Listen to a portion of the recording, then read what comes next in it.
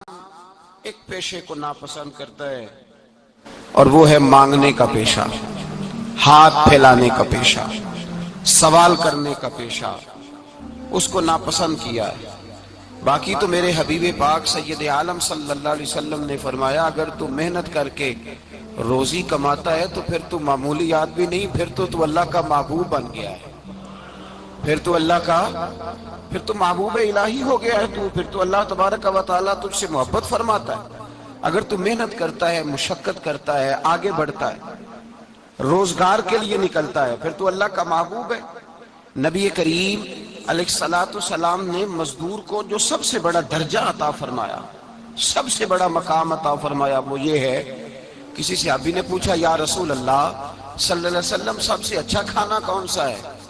تو حضور نے فرمایا وہ کھانا جو بندہ اپنے دو ہاتھوں سے مزدوری کر کے کھاتا ہے، وہ کھانا سب سے اچھا ہے۔ فرمایا اللہ کے نبی حضرت داؤد علیہ السلام اپنے ہاتھوں سے مزدوری کرتے، اور پھر نبی کریم سید عالم صلی اللہ علیہ وسلم نے جو دین ہمیں عطا فرمایا، اس دین کو حضور نے کوئی پنڈتوں اور جوگیوں کا دین نہیں بنایا کہ تم بس غار کے اندر چلے جاؤ، اللہ اللہ کرو، میری طرف دیکھیے گا۔ یہ نہیں فرمایا کہ تم بس ٹھیک ہے آ جاؤ مسجد تسبیح پکڑ لو، کوئی اور کام نہ کرو، بلکہ حکم دیا ہے کہ کسب معاش کرو، محنت کرو، جد و جہد کرو، ہاتھ ہلاؤ۔ قرآن مجید فرقان حمید نے کہا وَجَعَلْنَا اللَّيْلَ لِبَاسًا، رات تمہاری پردہ پوشی کے لیے بنائی گئی ہے، رات تمہاری پردہ پوشی کے، وَجَعَلْنَا النَّهَارَ مَعَاشًا، اور فرمایا دن تمہارے رزق کمانے کے لیے بنایا گیا، جد و جہد کے لیے۔ حضرت عیسیٰ علیہ السلام کی ایک نوجوان سے ملاقات ہوئی تو فرمایا تو کیا کرتا ہے؟ کہنے لگا میں عبادت کرتا ہوں۔ تو فرمایا کھاتا کہاں سے ہے؟ کہنے لگا میرا بھائی کمائی کرتا ہے تو وہ مجھے اس میں سے حصہ دیتا ہے۔ تو آپ فرمانے لگے پھر تو عبادت گزار نہیں، تیرا وہ بھائی تجھ سے زیادہ عبادت گزار ہے، جو تیرے لیے یہ بندوبست کرتا ہے، جو تجھے یہ جد و جہد کر کے دیتا ہے، وہ تیرے لیے۔ حضرت عمر فاروق رضی اللہ تعالیٰ عنہ نے اپنے دور خلافت میں شوق دلایا صحابہ کو، محنت کرنے کا شوق۔ ہمارے معاشرے کے اندر لوگ دوسرے کی کمائی پر وقت گزارنا چاہتے ہیں، دوسرے کے مال پر نظر رکھتے ہیں، مجھے کچھ سسرال سے مل جائے، کچھ مجھے رشتہ داروں سے مل جائے، کچھ مجھے دوست احباب سے مل جائے، کچھ مجھے باقی جگہوں سے مل جائے۔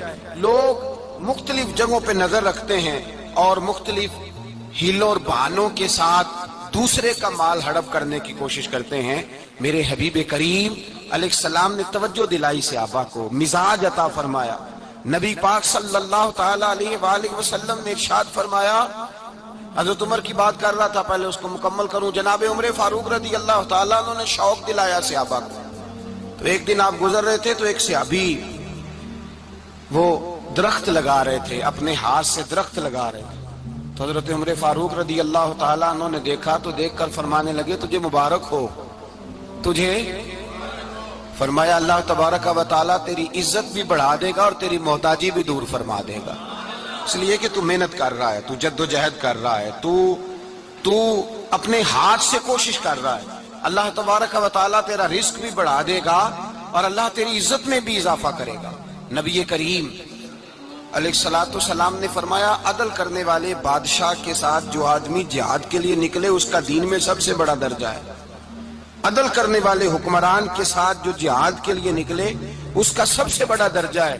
فرمایا میرا وہ غلام جو صبح سے لے کر شام تک ایک دن رزق حلال کے لیے محنت کرتا ہے، فرمایا ایک پورا سال عدل کرنے والے بادشاہ کے ساتھ جہاد کرنے سے اللہ ایک دیہڑی لگانے والے مزدور کو زیادہ ثواب عطا فرمائے گا، اللہ اسے زیادہ اجر دے گا، اس لیے کہ وہ جد و جہد کر رہا ہے، وہ کوشش کر رہا ہے، میدان عمل میں نکلا ہوا ہے۔ مزدور کو ایک تو کاہلی بڑی ہے، ہر چوتھا نوجوان جس کو ہم دیکھتے ہیں اس کو پوچھتے ہیں تو کیا کرتا ہے، کہتا کاغذ جمع کرائے باہر جانے کے لیے، تو سالوں بیت گئے، بس وہ نہ کاغذ نکلے نہ صاحب باہر گئے۔